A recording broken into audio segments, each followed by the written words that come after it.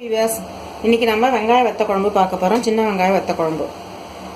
இதுக்கு தேவையான பொருட்கள்: சாம்பார் பொடி ஒரு 2 ஸ்பூன், மஞ்சள் பொடி, மெந்திய பொடி.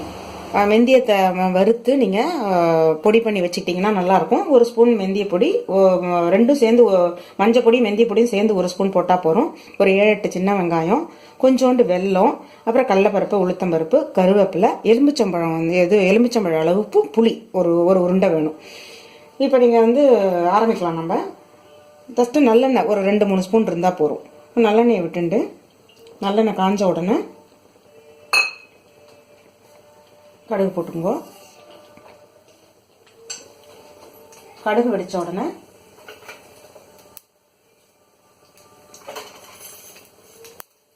கருவேப்பிலை, கடலைப்பருப்பு, கொஞ்சம் உளுத்தம்பருப்பு, வெந்தயம், இது 3 கலந்து வச்சுருக்கேன். இது 3 போட்டுக்கோங்க. அப்புறம் இதுலேயே மஞ்சள் பொடி, மெந்திய பொடி போட்டுக்கோங்க எண்ணெயிலேயே. அதையும் போட்டு வதக்கிட்டோன்னா இந்த சாம்பார் பொடி வச்சுருக்கேன் இல்லையா, சாம்பார் பொடியை யூஸ் பண்ணிக்கோங்க. இதுக்கு இதை வதக்கிட்டு எண்ணெயில் வதக்கிட்டு சின்ன வெங்காயம் சரியா இதை போட்டு,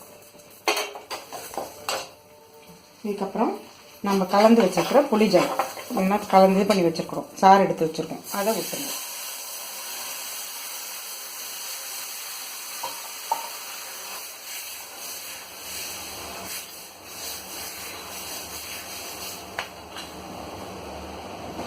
இது கொதிக்கட்டும்.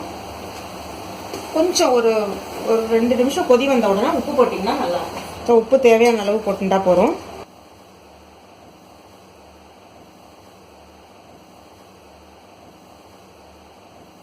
இது கொஞ்சம் கொதி வந்த உடனே வெல்லம் எடுத்து வச்சுருக்கோம். இந்த வெல்லத்தை கொஞ்சம் போட்டிங்கன்னா அந்த டேஸ்ட் கொஞ்சம் தூக்கலாக தெரியும்.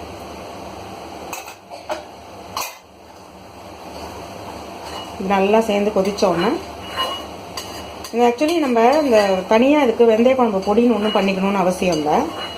இதுக்கு வெங்காய வத்த குழம்புக்கு சாம்பார் பொடியோடையே நீங்கள் இந்த வெந்தயத்தையும் வெந்தய பொடியும் மஞ்சள் பொடியும் ஆட் பண்ணனாலேயே உங்களுக்கு அந்த சாம்பார் பொடியும் சேர்ந்து இந்த இதுவும் சேர்ந்தவங்களுக்கும் உங்களுக்கு வத்த குழம்போட டேஸ்ட் வந்துடும். இதுக்கு நீங்கள் தனியாக ஒன்றும் பண்ணிக்கணும்னு அவசியம் கிடையாது. இதேமாதிரி கத்திரிக்காவோ இல்லை இது வெண்டைக்காவோ இது எல்லாமே போட்டு பண்ணிக்கலாம். பட் சின்ன வெங்காயம் போட்டிருந்தா அதோட டேஸ்ட் நமக்கு தனி. வத்த குழம்பு ரெடி ஆகிடுது. இது 2 பேர் தாராளமாக சாப்பிடலாம். சாப்பிட்டு பார்த்துட்டு சொல்லுங்க. தேங்க்யூ.